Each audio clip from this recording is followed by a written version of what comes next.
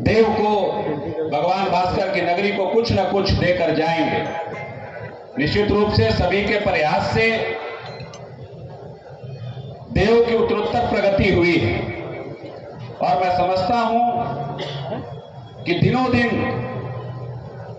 जो व्यवस्थाएं हैं छठ मेला को लेकर, चाहे वो चैती छठ हो, चाहे वो कार्तिक छठ हो, व्यवस्थाएं कहीं न कहीं सुधरती जा रही हैं और हर वर्ष कुछ न कुछ उसमें प्रगति हुई है। गंगा भास्कर जी आए थे, उन्होंने कहा कि देव को आने वाली जितनी भी सड़कें हैं, निश्चित रूप से मंत्री जी आप यहां पर उपस्थित हैं, हम लोगों के अभिभावक हैं, देव आनंदपुरा होते हुए पथ है, आप अगर उस पथ पर जाइएगा तो इतने बड़े बड़े गड्ढे हैं और इसकी चर्चा भी हम लोगों ने पहले भी की है, मीटिंग मेला मीटिंग में भी चर्चा हुई है, मोटरेबल कर दिया गया है भर भर के। लेकिन मंत्री जी वो रोड चकचक होना चाहिए था, पक्कीकरण या कालीकरण होना चाहिए था, लेकिन नहीं हो पाया। और देव को जोड़ने वाली जितनी सड़कें हैं, निश्चित रूप से चूंकि श्रद्धालु आते हैं तो कोई एक सड़क से नहीं आते, बहुत सारी सड़कें हैं। अंबा तरफ से भी देव आने की सड़क है, बालूगंज के साइड से उधर हरियागंज से भी देव आने की सड़क है, औरंगाबाद से ही आने की 4-5 सड़कें हैं। ये सारी सड़कें लगभग ठीक हैं, लेकिन एक सड़क के चलते मैं आपको मंच के माध्यम से आपको वही बात है, देव से कचनपुर जाने वाली सड़क की, उसका भी हाल कमोवेश यही है।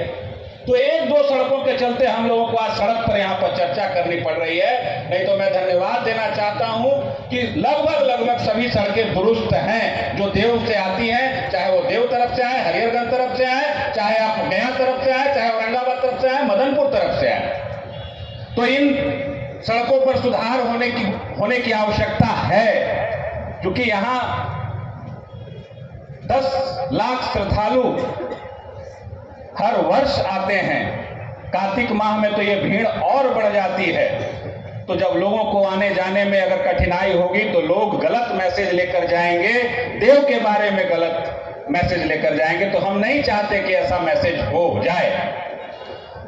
इसके अलावा महोदय, एक और चिर परिचित डिमांड है देव के वासियों की, और देव के ही वासियों की नहीं, हम औरंगाबाद वासियों की एक चिर परिचित डिमांड है। मैं समझता हूं कि आपके माध्यम से राज्य सरकार तक समय समय पर हम लोग उठाते रहे हैं, लेकिन आपके माध्यम से यह एक जाए कि देव में पतलगंगा एक जगह है जहां सरकारी जमीन प्रचुर मात्रा में उपलब्ध है, और ये औरंगाबाद में एक भी मेडिकल कॉलेज अभी तक नहीं हुआ है। ये आप लोगों की योजना थी कि जिले में एक मेडिकल कॉलेज की स्थापना होगी, तो देव के पतलगंगा में उस मेडिकल कॉलेज की स्थापना हो, और देव के जो वासी हैं उनके रहन और जो विकास का स्तर है उनका, अगर उसके बारे में अगर सही मायने में हम लोग चिंतित हैं, तो अगर यहां स्थापित होता है तो यहां के लोगों का जीवन स्तर कहीं ना कहीं और ऊंचा। भगवान सूर्य तो पूरी धरा को, पूरी पृथ्वी को प्रकाशित करते हैं।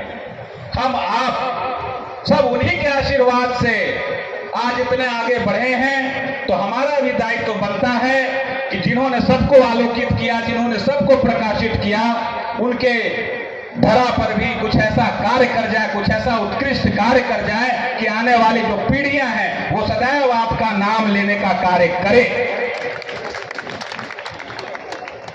इसके अलावा देव नगर पंचायत को घोषित हुए, मैं समझता हूं कि 21 में देव को नगर पंचायत घोषित किया गया। आपके माध्यम से ये बताना चाहता हूं महोदय, आप आज सरकार के तरफ से, सरकार के नुमाइंदे आप हैं, और हम लोगों की आवाज आप सरकार तक पहुंचाएंगे, एक समन्वयक के रूप में काम करेंगे। इस आशा और विश्वास के साथ मैं यह बताना चाहता हूं कि देव को अभी तक कार्यपालक पदाधिकारी अपना पूर्ण रूपेण नहीं मिला है। जब तक पूर्ण रूपेण पदाधिकारी नहीं मिलेंगे विकास में हम नया अध्याय नहीं जोड़ पाएंगे। और फंड की भी कमी रहती है देवनगर पंचायत में, उसको भी बढ़ाने की बात आप सरकार में रखेंगे तो ज्यादा अच्छा होगा। पहले हम लोग जब बैठक में बैठते थे तो देव की सफाई के लिए औरंगाबाद नगर परिषद से लोग आते थे, हर वर्ष ये चर्चा होती थी। तो हम लोगों ने एक रूपरेखा तय किया, बोला कि देव के लिए औरंगाबाद से ना आके देव को ही क्यों ना हम लोग नगर पंचायत घोषित करवाया जाए। और घोषित होने के बाद आज मुझे खुशी होती है कि साफ सफाई का जिम्मा हो कि लाइटिंग का जिम्मा हो, देव नगर पंचायत के माध्यम से किया जा रहा है। इस बात की खुशी है हम लोगों को। और उत्कृष्ट कार्य हो देव के लोगों के लिए, आप समझिए कि 21 में घोषणा हुई है, आज हम लोग 24 में हैं महोदय। एक पार्क तक की व्यवस्था नहीं है औरंगाबाद नगर पंचायत देव में, एक पार्क तक की व्यवस्था नहीं है। लोग कहां टहलेंगे, लोग कहां घूमेंगे। और नगर पंचायत जब घोषित होता है तो निश्चित रूप से ये सब सुविधाएं, इसके लिए हम टैक्स वसूलते हैं अपने निवासियों से, अपने स्थानीय लोगों से।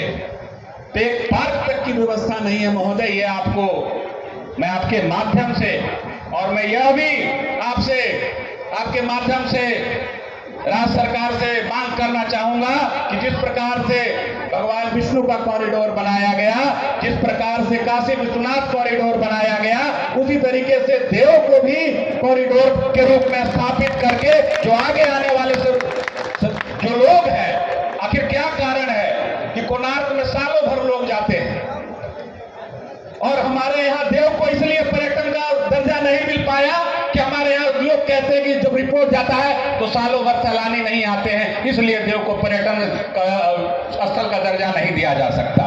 आखिर हमें कहीं ना कहीं कोई कमियां हैं, उसको हम लोग को दूर करना पड़ेगा महोदय। इतनी शक्ति है, मैं समझता हूं कि इतने श्रद्धालु एक साथ एक जगह किसी एक मेले में नहीं जुटते होंगे जितना देव में लोग जुटते हैं।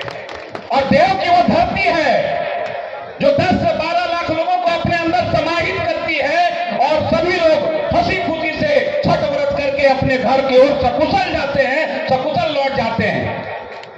यह है देव की महानता, देव के लोगों की महानता।